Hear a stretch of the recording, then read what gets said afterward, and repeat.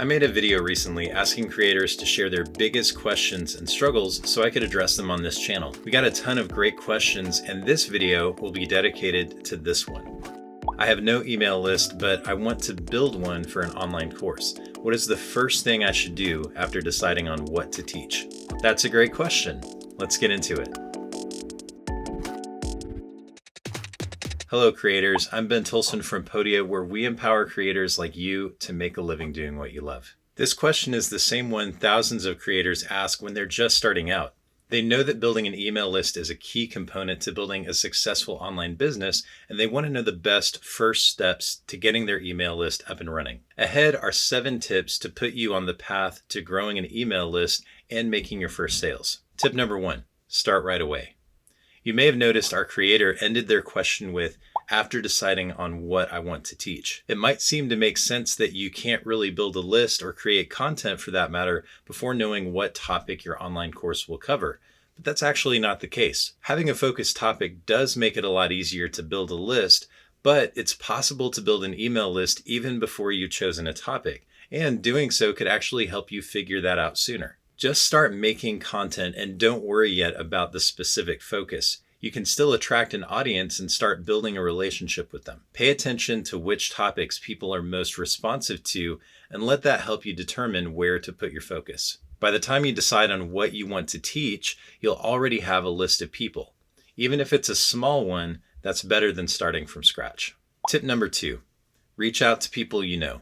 Building an email list is all about building relationships, and what better place to start than relationships you already have. Chances are good that someone you know could benefit from your knowledge and insight. Don't be shy about sharing on social media, sending a message out to your email or messaging contacts, or even reaching out directly to people you know you could help.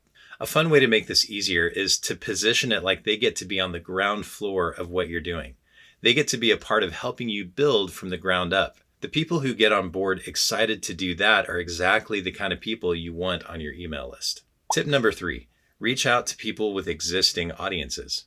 If you have a good idea of what you're going to teach, consider reaching out to people whose audiences could benefit from your solutions. You want to make sure there isn't any overlap and that what you're offering complements what they're already doing. For example, I have a friend who does social media marketing for businesses, and I could help her audience learn how to make their own video content to share on social media. In return, she could share some best practices for social media marketing with my audience.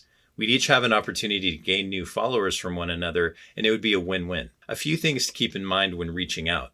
If you don't already have an audience, it's best to reach out to people you've already established a relationship with and make sure you're making it worth their while. Sometimes just the value of sharing good information is enough, but be open to other forms of compensation like offering a course discount or early access to their subscribers. Send a personal note and be sure to communicate the value you're bringing to the table and how it could benefit them and their audience. If you're reaching out to someone you don't already know, make sure you have comparable audience sizes and offer them the opportunity to share to your list as well. Tip number 4, look for online communities. Think of your ideal customer and ask the following question.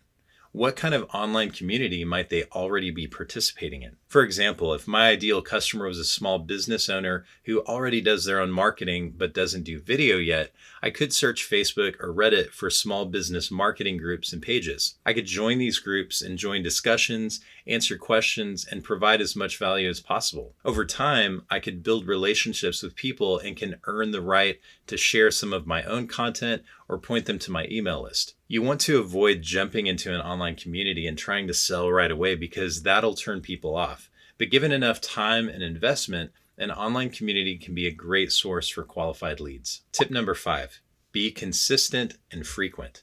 Whether you're just sending an email newsletter or you're doing both email and social media marketing, publishing content consistently and at the right frequency is one of the most powerful ways to grow your list. You want to share content frequently enough that you stay top of mind. Staying top of mind is actually really difficult because there are hundreds of things competing for our attention every day. To have a chance at getting someone's attention, I recommend a frequency of no less than once per week. Humans have a somewhat difficult time making habits out of things that occur yearly or monthly. Ask my utility company. But something that happens weekly or daily is a lot easier to make a part of our routines. To make that even more powerful, choose a specific day or even a specific time and publish consistently. When someone knows they can expect something not just every week, but at a specific time on a specific day, they can make it a part of their schedule. For a long time, I'd watch a show called Good Mythical Morning every weekday because I knew they'd have a new episode up that I could watch right after I dropped the kids off at school. I'd make my coffee and sit down and watch an episode. Being consistent can be challenging, but it can go a long way when it comes to growing your list. Tip number 6, set clear expectations. On your email list sign-up page, be as clear as possible about what people can expect when they sign up for your list.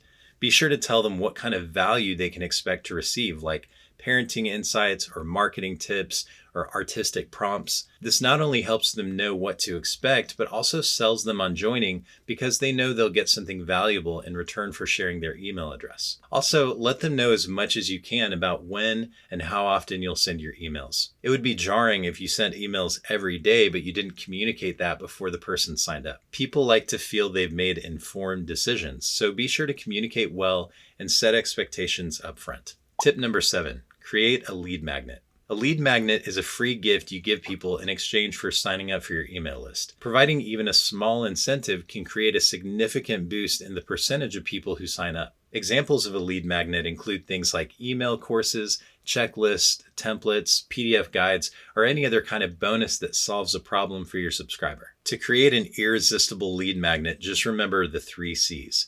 Make it compelling. Offer an immediate solution to a small problem. Make it contextual, or directly related to the value your subscriber is already getting from you. Make it clear. Make it really easy to find. Put it in an obvious spot on your articles and other pages on your website, social media profile, email signature, or guest bio. And because you've watched this far, here is a bonus tip. Sell sooner. Many people wait until they've finished making and building their online course or digital product before they start selling, but you can start making money right away by pre-selling your product even before it exists. When you sell to people, you're not actually selling them your product, but a result they're trying to achieve. Your job is to convince them that you can help them achieve that result. To do this, create a sales page and in your copy, talk about your product as if it already exists and describe the result your product creates for people. If someone trusts you enough to solve their problem and is convinced that the product you're describing will produce the result they're looking for, they'll be happy to pre-order your product. I don't know about you, but getting money now instead of later sounds pretty appealing. As a bonus, if you set a release date, you'll be more likely to stop procrastinating and finally make that thing. I hope these tips are helpful for you. If you have any ideas to add to this list, please share them in the comments. Also, if you have any questions we can answer on this channel, ask them in the comments and maybe we'll make a video to answer your question. If you found this video helpful and you want more content like this, click the subscribe button and hit the notification bell so you'll be sure not to miss any future videos. Thanks for watching, and I'll see you next time.